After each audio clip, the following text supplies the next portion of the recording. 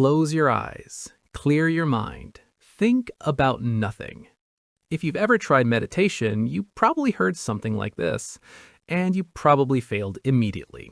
A thought came in, then another, and you decided you were doing it wrong, that meditation simply wasn't for you, that some people have the kind of mind that can do this, and you just don't. But here's the thing, you weren't doing it wrong. You just had the wrong definition of what meditation actually is. Let's start by clearing up the most common misconception. Most people believe meditation means emptying your mind, achieving some kind of mental silence, a blank screen, zero thoughts. That's not meditation. That's not even possible for the vast majority of human beings. The brain produces thoughts the way the heart produces beats, constantly, automatically, without asking your permission. Trying to stop thinking is like trying to stop your heart from beating by concentrating really hard. It doesn't work, and the attempt only makes you more tense. The second misconception is that meditation is a religious practice, something monks do in temples, tied to Buddhism or Hinduism, not really designed for someone sitting in a flat in Warsaw or Chicago, worrying about rent and emails. And while it's true that meditation has deep roots in various spiritual traditions, the practice itself has been studied, stripped down, and applied in completely secular settings: hospitals, schools, corporate offices, military training programs. You don't need to believe in anything to meditate. You just need a few minutes and a willingness to pay attention.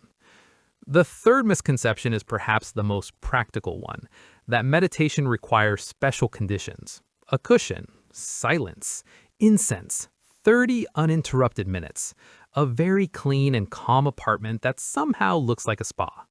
Real meditation happens on buses, in waiting rooms, at kitchen tables, during lunch breaks. The conditions are almost irrelevant. The practice is not about where you are, it's about what you're doing with your attention. So what is meditation actually? At its core, it is the practice of intentional attention. You choose something to focus on, most commonly your breath, but it could also be a sound, a physical sensation, a single word repeated silently. And when your mind wanders, which it will, every single time, you gently bring your attention back. That's the entire practice. Not achieving stillness, not reaching enlightenment, just noticing that you've drifted and returning. Noticing and returning, over and over again. That moment of noticing, the instant you realize your mind has wandered off to your grocery list or an argument you had 3 years ago, that moment is not a failure. That moment is actually the whole point. It's the equivalent of a bicep curl in the gym. The mental muscle you're training is not the ability to stay focused forever. It's the ability to recognize when you've lost focus and choose to come back. And just like in the gym, the more repetitions you do, the stronger that muscle becomes. This is why experienced meditators don't have empty minds. They just have faster, gentler returns. Their mind still wanders. It just doesn't wander as far, and they don't judge themselves for it when it does. There is one more thing worth saying before we move on, because it matters for everything that follows. Meditation is not relaxation. Or rather, relaxation is often a side effect of meditation, but it is not the goal. You can be fully relaxed and completely unconscious. That's called sleep. Meditation is the opposite of unconsciousness. It's a state of alert, awake, deliberate awareness. Some sessions will feel calm and spacious. Others will feel frustrating, restless, almost unbearable. Both are valid. Both are the practice. The quality of a meditation session is not measured by how peaceful you felt during it. It's measured by whether you showed up and paid attention, however imperfectly. What you are building, slowly and quietly, every time you sit down to meditate, is the capacity to be present. Present with your own mind. Present with your own life. And as we'll see in the next chapter, the science behind what that actually does to your brain is, to put it plainly, remarkable. For a long time, Western science didn't take meditation seriously. It was seen as something spiritual, exotic, maybe even a little bit strange. something for monks and temples, not for doctors and laboratories. That started to change in the 1970s, and over the last few decades, researchers have run hundreds of serious studies on what meditation actually does to the human brain and body. The results are hard to ignore. Let's start with stress, because that's where most people's interest begins. When your brain senses danger, a threat, a problem, a difficult situation, it triggers an automatic alarm system. Your heart beats faster, your breathing gets shorter, and your body floods with stress hormones, especially one called cortisol. This is useful when the danger is real and immediate. The problem is that the modern human brain triggers this same alarm for things that aren't actually dangerous: a difficult email, a financial worry, an awkward social situation. And unlike our ancestors, we rarely have a physical way to release all that stress. It just builds up in the body over time, and that causes damage. Research has shown that regular meditation reduces this alarm system sensitivity. People who meditate regularly have lower cortisol levels. Their bodies don't overreact as strongly to everyday stress. And brain scans show that the part of the brain responsible for triggering panic and anxiety, a small region deep inside the brain, actually becomes physically smaller after a few weeks of consistent meditation practice. Not metaphorically calmer, measurably physically smaller. The structure of the brain changes. At the same time, another part of the brain gets stronger. This is the part responsible for making decisions, controlling emotions, and choosing how to respond to situations rather than just reacting automatically. Think of it as the rational, calm part of your brain. The part that says, wait a moment, let's think about this, instead of just exploding or panicking. Meditation strengthens this part. And as it gets stronger, it gets better at calming down the alarm system when it fires unnecessarily. You're not just becoming more relaxed, you're training your brain to regulate itself more effectively. One of the most surprising findings from the research is what meditation does to attention. Most of us assume our ability to focus is just fixed. Some people are naturally good at it, some aren't. But studies have shown that attention is actually a skill, and like any skill, it can be trained. People who went through just a few weeks of meditation practice showed measurable improvements in their ability to concentrate, to stay focused on a task, and to notice when their mind had wandered and bring it back quickly. Their brains were using less energy to maintain focus, which means they were getting the same results with less effort. In a world that is constantly competing for your attention, notifications, social media, background noise, this is one of the most practically useful things meditation can give you. Then there's the research on depression, which is where things get genuinely impressive. Scientists developed a program that combined meditation with some basic techniques from psychology, specifically designed for people who had experienced depression multiple times and kept relapsing. Depression relapse is a serious problem. Once you've had 2 or 3 episodes, the chances of having another one are very high. This program reduced the relapse rate by roughly half. Not by a little, by half. The results were strong enough that health authorities in several countries now officially recommend this approach as a treatment for people with recurrent depression. That kind of institutional recognition doesn't happen easily. It requires a lot of evidence. The reason it works is interesting. It's not that meditation makes you permanently happy or eliminates difficult emotions. It's that it changes your relationship with your thoughts. Depression tends to feed on rumination, the habit of going over and over the same negative thoughts, getting more and more stuck in them. Meditation trains you to notice a thought without automatically following it. You see the thought, you recognize it as just a thought, and you let it pass rather than climbing inside it and living there. That one shift, from being inside your thoughts to observing them from a small distance, turns out to break the cycle that leads to relapse. Something similar happens with addiction. Researchers studied people trying to quit smoking using meditation techniques and found that it works significantly better than standard programs. The approach wasn't about suppressing the craving or distracting yourself from it. It was about sitting with the craving, observing it with curiosity, noticing how it rises and then naturally falls on its own. When you stop treating a craving as an emergency that must be acted on immediately, it loses a lot of its power. The research on pain is also worth mentioning because it challenges something most people assume. When we're in pain, we think the solution has to be physical, block the signal, numb the area, remove the source. But a significant part of what makes pain unbearable isn't the raw sensation itself. It's the fear around it, the resistance to it, the mental story we build around what it means and how long it will last. Studies show that meditators experience the same pain signals as non-meditators, but they suffer less from those signals. Their brains process the emotional weight of pain differently. People with chronic pain conditions, back pain, fibromyalgia, pain from serious illness, consistently report that regular meditation doesn't necessarily remove their pain, but it dramatically reduces how much the pain controls their life. And finally, perhaps the most surprising finding of all, meditation appears to slow certain aspects of brain aging.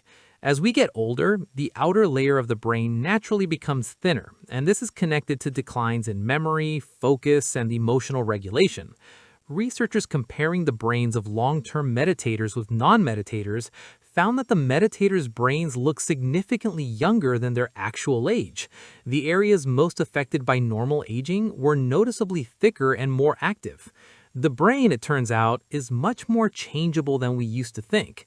It responds to how we use it, and using it to pay deliberate, gentle attention to the present moment consistently over time seems to be one of the best things you can do for it. What ties all of this together is one simple idea. Meditation doesn't fix your life. It doesn't eliminate stress or pain or difficult emotions. What it does is create a small space between what happens to you and how you respond. A pause, a moment of awareness before the automatic reaction kicks in.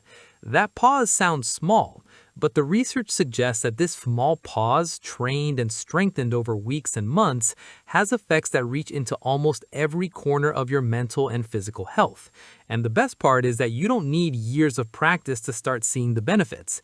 Studies consistently show meaningful changes after just a few weeks of regular sitting. The brain starts responding almost immediately. You just have to begin. The most common reason people never start meditating is that they don't know where to begin. There are hundreds of apps, books, YouTube videos, and teachers, all giving slightly different instructions, using different words, recommending different techniques. It becomes overwhelming very quickly. So let's cut through all of that and start with the simplest possible version of the practice, because the simplest version is also, for most beginners, the best version. You need 3 things to meditate: a place to sit, a few minutes of time, and something to focus your attention on. That's it. No special equipment, no particular posture, no specific time of day. The details matter less than most people think. What matters is that you actually do it.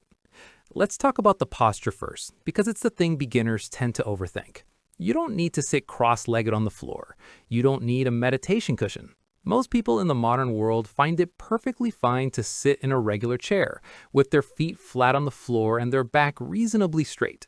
The reason posture matters at all is simple. You want to be comfortable enough that physical discomfort doesn't distract you, but not so comfortable that you fall asleep. A chair works well for most people. Some people prefer to sit on the floor with their back against the wall. Some people lie down, though this makes it easier to drift off. Experiment and find what works for you.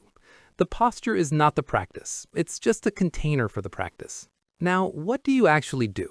The most widely taught and most thoroughly researched form of meditation for beginners is breath awareness. You sit down, close your eyes, and you pay attention to your breathing. Not controlled breathing, not deep breathing, just your natural breath as it happens on its own. You notice the feeling of air coming in through your nose, filling your lungs, and then leaving again. You might notice the slight pause between the inhale and the exhale. You might notice how the breath feels slightly cooler on the way in and slightly warmer on the way out. You're not analyzing it or thinking about it. You're simply feeling it directly as a physical sensation happening right now in your body. Within about 10 seconds, your mind will wander. This is not a problem. This is not failure. This is what minds do. You'll suddenly find yourself thinking about what you need to buy at the supermarket, or replaying a conversation from yesterday, or planning something for next week, or wondering whether you're doing this correctly. At some point, you'll notice that you've been thinking about something completely unrelated to your breath. That moment of noticing is important. That is the moment the practice is actually happening. When you notice you've wandered, you don't criticize yourself. You don't sigh with frustration. You don't decide meditation isn't working. You simply, gently, without any drama, return your attention to the breath. Feel the next inhale. Feel the next exhale. Begin again. This cycle, focus, wander, notice, return, is the entire practice. It repeats dozens of times in a single session, sometimes hundreds of times. Every single return is a repetition. Every single return is building the mental muscle we talked about in the previous chapter. The number of times your mind wanders is completely irrelevant. What matters is the number of times you bring it back. A session where your mind wanders 50 times and you bring it back 50 times is an excellent session. A session where your mind barely wanders at all is also fine, but it's rarer than you think, and it's not necessarily better. One thing that confuses beginners is what to do with thoughts when they appear. The instruction to let thoughts go sounds simple, but when you're sitting there and a thought arrives, it often doesn't feel like you have a choice. The thought just happens and then you're inside it before you even realize it started. The key is not to try to block thoughts or push them away. That doesn't work, and trying to do it only creates tension and frustration. Instead, think of your thoughts the way you might think of cars passing on a street outside your window. You're sitting inside, near the window, you can hear the cars. You might notice them, but you're not running outside and jumping into each one. You just let them pass. You're not pretending the cars aren't there, you're just not going with them. That's the relationship you're trying to build with your thoughts during meditation. Some people find it helpful to use a very light mental label when thoughts appear. When you notice your mind has wandered, you can quietly note the type of thought: planning, worrying, remembering, and then return to the breath. This labeling technique, which comes from a specific tradition of mindfulness practice, has an interesting effect. It creates a tiny bit of distance between you and the thought. Instead of being fully inside the worry, you're observing it enough to name it. That small act of naming shifts your relationship to the thought just enough to make it easier to let go of. Not everyone finds it helpful, but it's worth trying if the simple return to breath feels too abstract. How long should you meditate? This is the question beginners ask most often, and the honest answer is that even very short sessions have value. Research shows benefits from sessions as short as 5 or 10 minutes, particularly in the early stages of building a practice. The goal at the beginning is not duration. The goal is consistency. 5 minutes every day is dramatically more effective than 45 minutes once a week. The brain learns through repetition across time, not through occasional long efforts. If you're just starting out, commit to 10 minutes a day for 2 weeks. That's it. Don't try to do 30 minutes because you read somewhere that serious meditators do 30 minutes. Start with 10, do it every day, build the habit first, and then gradually increase the length if you want to. The question of when to meditate is also simpler than it seems. Most people who maintain a long-term practice meditate in the morning, before the day starts and before the mind fills up with tasks and demands. Morning practice has practical advantages. It's easier to protect the time. The mind is relatively fresh, and starting the day with a few minutes of deliberate attention tends to set a different tone for the hours that follow. But if morning doesn't work for your life, any time is better than no time. Some people prefer lunchtime. Some meditate in the evening as a way to decompress before sleep. What you want to avoid is leaving it completely open. I'll meditate whenever I have a free moment, because free moments have a way of disappearing. Attach your meditation to something that already happens every day, like making your morning coffee or brushing your teeth, and do it in the same time in the same place. Routine is what turns a good intention into an actual habit. There are other forms of meditation beyond breath awareness, and it's worth knowing they exist even if you start with the basic version. Body scan meditation involves slowly moving your attention through different parts of your body, noticing any sensations you find there without trying to change them. Tension, warmth, heaviness, tingling. It's particularly effective for people who struggle with anxiety or chronic stress, because it reconnects attention to physical sensation in a grounding way, pulling it away from the mental chatter that drives anxiety. Loving kindness meditation, sometimes called metta, involves silently repeating phrases of goodwill towards yourself and then towards others. Something like, "May I be well," "May I be happy," "May I be at peace." Gradually extending this wish outward to people you love. then to neutral people, and eventually even to people you find difficult.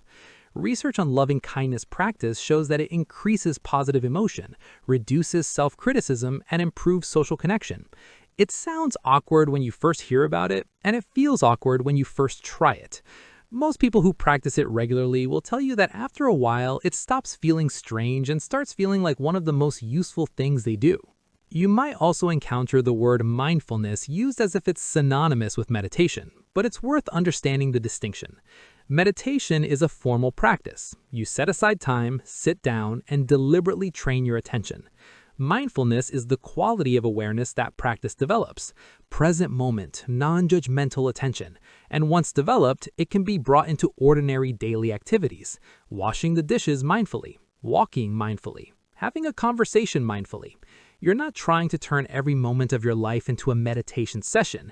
You're just occasionally remembering to actually be present in what you're doing, rather than being physically there but mentally somewhere else entirely.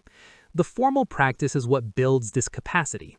The informal application of it throughout your day is where much of the actual benefit gets accumulated. One last thing that's important to say before we move on. Meditation will sometimes feel good and sometimes feel terrible, and neither experience tells you very much about whether it's working. Some sessions feel calm and spacious and almost effortless. Others feel restless, frustrating, almost unbearable. Your mind refuses to settle. Your body feels uncomfortable. 10 minutes feels like an hour. Both are normal. Both are part of the practice. The sessions that feel difficult are not wasted sessions. Very often, they're the most valuable ones, because sitting with discomfort without running away from it is itself a form of training. The point is not to feel a particular way during meditation. The point is to show up, pay attention as best you can, and do it again tomorrow. The results accumulate quietly, under the surface, whether or not any individual session feels like it went well. Most people who try meditation don't quit because they decided it wasn't working. They quit because they missed a few days, felt guilty about it, told themselves they would restart on Monday, and then Monday came and went, and somehow it never happened again. The practice didn't fail them. The habit did. And building a habit is a completely different skill from learning how to meditate. You can understand everything in the previous chapter perfectly and still struggle to sit down consistently, because knowing how to do something and actually doing it every day are two very different problems. Let's start with something that sounds obvious but is worth saying clearly. The biggest obstacle to building a meditation habit is not laziness. It's not lack of discipline. It's not that you're somehow less capable than people who meditate regularly. The biggest obstacle is that meditation produces no immediate, obvious reward. You sit down, you breathe, you wander, you return, you finish. You don't feel dramatically different afterward, especially in the beginning. You don't get a notification telling you that your prefrontal cortex just got slightly thicker. The benefits are real, as we've seen in the research, but they accumulate slowly and quietly, over weeks and months, in ways that are easy to miss or attribute to something else. And the human brain is not naturally wired to maintain behaviors whose rewards are invisible and delayed. It's wired to seek immediate feedback. This is why habits that feel good right away, checking your phone, eating sugar, scrolling social media, are so easy to build without even trying, while habits that pay off slowly are so easy to abandon. Understanding this doesn't solve the problem, but it reframes it helpfully. You're not failing because you're weak or undisciplined. You're struggling because you're asking your brain to do something it finds genuinely difficult. Invest effort now for a reward it can't clearly see or feel yet. The solution is to work with that reality rather than against it, and there are several concrete ways to do that. The first and most important thing is to make the habit as small as possible at the beginning. Not as meaningful as possible, not as impressive as possible, as small as possible. 2 minutes counts. 5 minutes counts. The research on habit formation consistently shows that the most reliable predictor of whether a habit sticks is not how long each session is, but how often you do it without breaking the chain. A 2-minute session that you actually do is worth infinitely more than a 30-minute session that you keep postponing because you can never find the right time. Once you've sat down and done 2 minutes, you can always do more if you feel like it. But 2 minutes is the minimum you're committing to. And on hard days, 2 minutes is exactly what you'll do. And that's completely fine. The point of the small minimum is to make it almost impossible to say you don't have time. Everyone has 2 minutes. Removing the excuse removes one of the main reasons people skip. The second thing is to attach your meditation to an existing habit. This technique is sometimes called habit stacking, and it's one of the most reliable tools in behavioral psychology for building new routines. The idea is simple. You take something you already do every single day without thinking, making coffee, brushing your teeth, sitting down at your desk in the morning, and you attach your meditation directly to it. Not, I'll meditate sometime in the morning, but I will meditate immediately after I make my first cup of coffee before I look at my phone. The existing habit becomes the trigger for the new one. Over time, the connection between the two behaviors becomes automatic, and you stop having to remember to meditate or find the motivation to do it. It just happens because the other thing happened first. The choice of anchor matters. Pick something that happens at roughly the same time every day in a place where you can realistically sit for a few minutes. Morning is usually better than evening, not because morning meditation is more effective, but because evenings are less predictable. Plans change, social events come up, you feel tired, the day ran longer than expected. Morning gives you control over the time before the world starts making demands on it. But if your mornings are genuinely chaotic and your evenings are consistently calm, attach it to your evening routine instead. The best time to meditate is the time you will actually do it. Environment matters more than most people realize. Your brain is constantly picking up signals from your surroundings, and those signals influence your behavior in ways you're not always aware of. If you always meditate in the same spot, a particular chair, a corner of a room, a specific cushion on the floor, that spot gradually becomes associated with the practice, and simply going there starts to put your brain in a slightly different mode. It doesn't need to be a dedicated meditation room or a beautiful Zen corner with candles and plants. It can be any chair, but try to make it the same chair, in the same place, every time. Consistency of location helps build the automatic quality that makes habits durable. Many people find it helpful to use a timer rather than keeping track of time themselves. Watching the clock is a form of mental activity that competes with the practice. You spend half your session wondering how many minutes are left, which is the opposite of being present. Set a timer for whatever length you've chosen, put your phone face down or out of sight, and let go of time entirely until the timer goes off. This simple change removes a surprising amount of mental friction from the session. Apps can be useful, particularly in the early stages, and there are many good ones available. The value of a guided meditation app is not that the guidance itself is essential, you've already learned everything you need to know about the practice, but that it provides structure, accountability, and a small social element in the form of streaks, progress tracking, or community features. For some people, seeing a streak of consecutive days is genuinely motivating. For others, it becomes a source of anxiety because breaking the streak feels like failure, and then they abandon the whole thing rather than face starting over at zero. Know which type you are. If streaks motivate you, use them. If they stress you out, turn off the tracking and just practice. Now let's talk about what happens when you miss a day, because you will miss a day. This is not pessimism, it's just reality.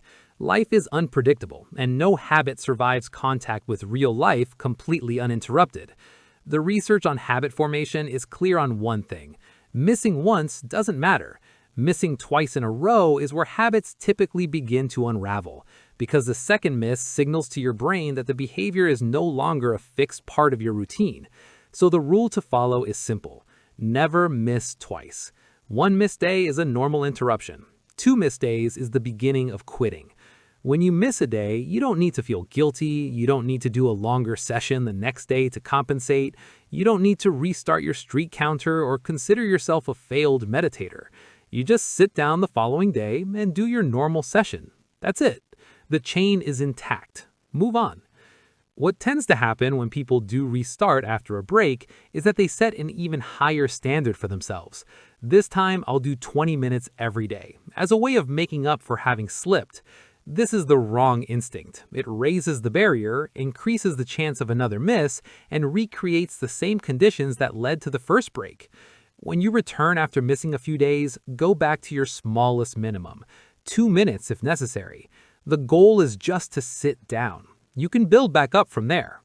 Something that helps a lot of people maintain consistency is understanding why they're meditating in the first place, at a level that's specific and personal. Because it's good for me is not a strong enough reason for most people on a cold morning when you slept badly and have a busy day ahead. Because I've noticed I'm less reactive with my kids when I meditate regularly is a stronger reason.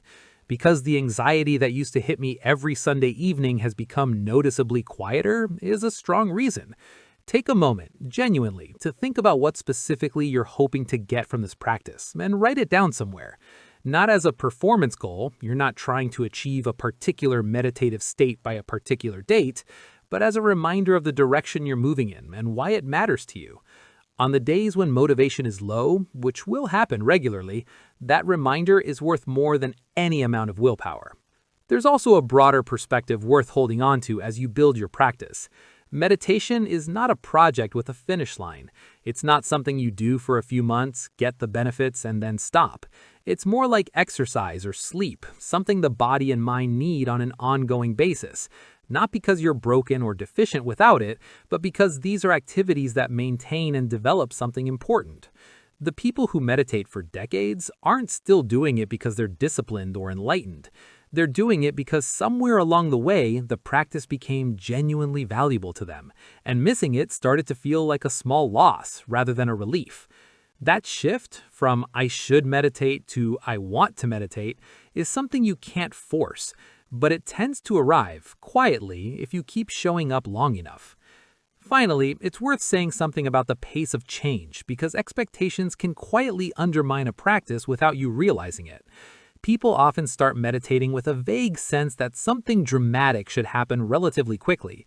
After a few weeks, when life still feels more or less the same, they wonder if they're doing something wrong.